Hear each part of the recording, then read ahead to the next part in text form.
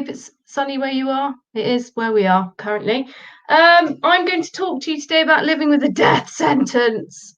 Very cheerful for Friday afternoon, and I'm sure it's going to set the bar for the weekend. All this cheerful, merry talk.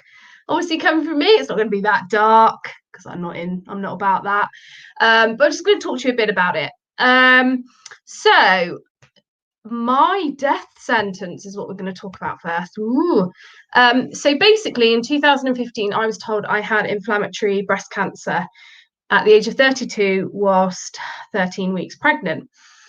Not in my life's plan, obviously, very bloody scary. And inflammatory breast cancer comes with a 2 to 5 year prognosis, 5 years being the absolute ultimate goal, 2 years being not the ultimate goal. And inflammatory breast cancer is always stage 3 or 4 upon diagnosis.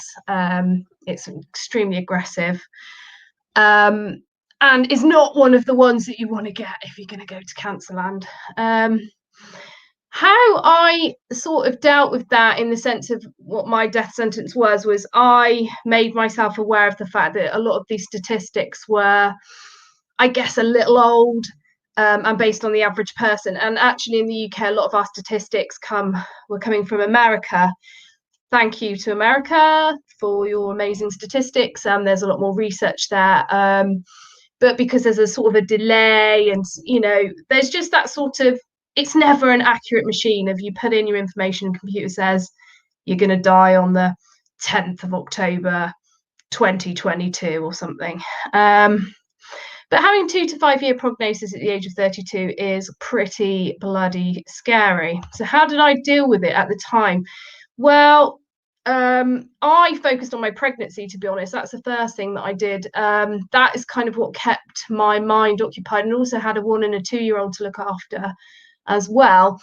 So I tried to go through the motions of pregnancy as I had with the boys before. So going to my appointments, and everything's fine, I've got all those milestones to focus on, and that kind of thing. And that's what kept me going initially. And I had chemotherapy whilst I was pregnant, which was interesting, and unusual. But it was something else to focus on. Even the chemotherapy itself was something to focus on. Like, you have appointments, it's a structure. Somebody's making you put one foot in front of the other, mostly the children, but the general day to day. So even when I was balding and my hair was blowing down Portishead High Street, that kind of thing, I wasn't overly worried about it, because I was focusing on the pregnancy, and not so much the fact that if the worst were to happen, at that point, because the delay in my diagnosis, I could have potentially only had about a year to live at that point, which is frightening. So what really I was doing is I was taking control of the things that I could, and letting go of the things that I couldn't. There wasn't anything else I could do differently, other having the chemotherapy, focusing on what I was doing, and trying not too much dwell on, well, what if I do die, and what if this happens, and well, I couldn't control that, so I kind of just had to let it go. And obviously that was a long time ago. That was we're in 2021 now, and that was in 2015. And I am a bit of an enigma, in the sense that I've hugely outlived my prognosis, because my cancer, as it turns out, was stage 4 and incurable, because it had spread to my lungs, and then it later spread into my skin and my blood vessels. So I've already surpassed those ultimate milestones. So now I'm kind of in a bit of a no man's land, and I'm not completely unique. There are lots of people out there that do massively surpass their milestones, but how do you keep your shit together when you're living effectively with a death sentence over you? Well, I don't look like that. Well, I like to think I don't. Sometimes maybe first thing in the morning I might look like it, but I don't look like somebody that is living under a death sentence. But then you are as well. And this is what people fail to remember, is that actually everybody does die. We all are living with a death sentence. But how do you keep it together when yours is more tangible, I suppose? Like a doctor has said, well, we don't think that you'll live forever, Well, again, it's about being realistic about it, because worrying about it is not going to change that outcome. And sitting there and thinking, and really like shitting yourself about the fact that you're going to die one day isn't going to get you anywhere, because everybody else is doing that, really.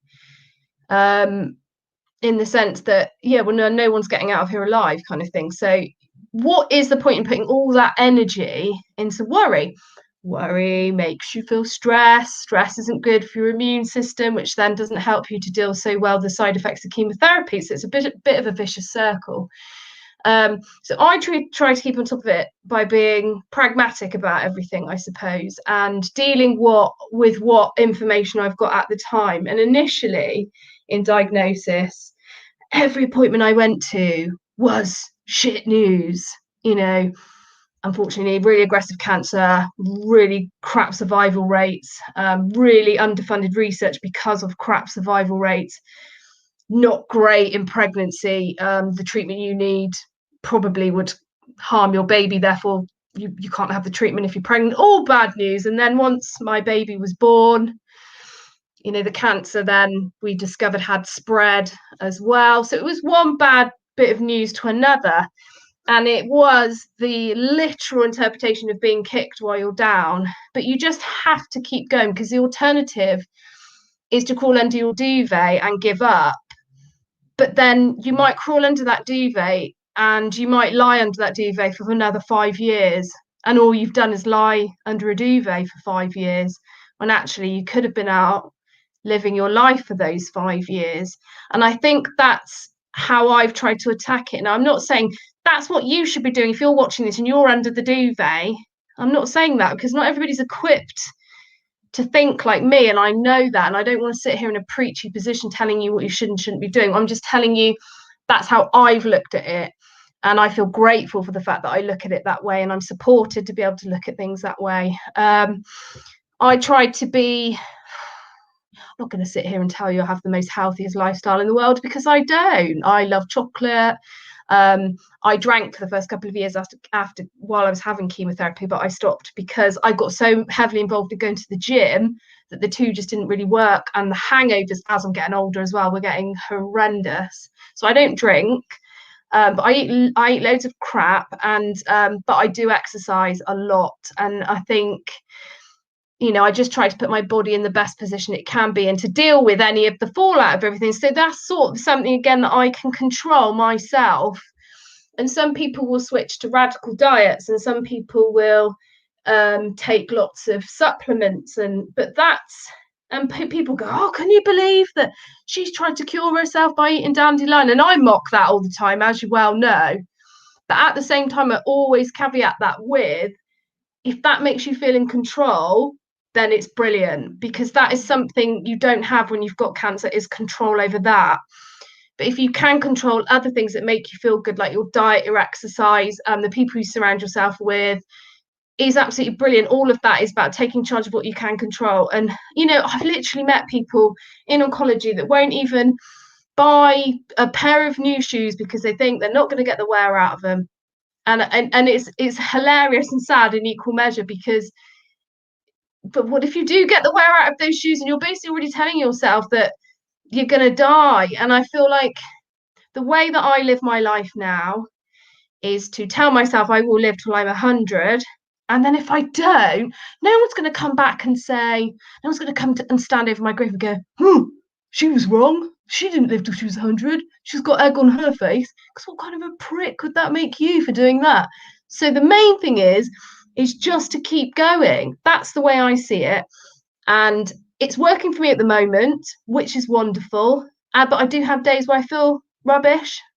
I'm not a robot. There are days where I think, oh, poor me, this is horrendous. It's really sad. And then I just bounce back, because I don't want to spend all that time wallowing. So my main thing from this is let go of the things you cannot control and take control of the things that you can. That is how you live with a death sentence. Thank you very much, everybody. Thanks for listening. If you've got anything else you want me to talk about, just keep those questions coming in. It's brilliant. So thank you, and thanks for listening.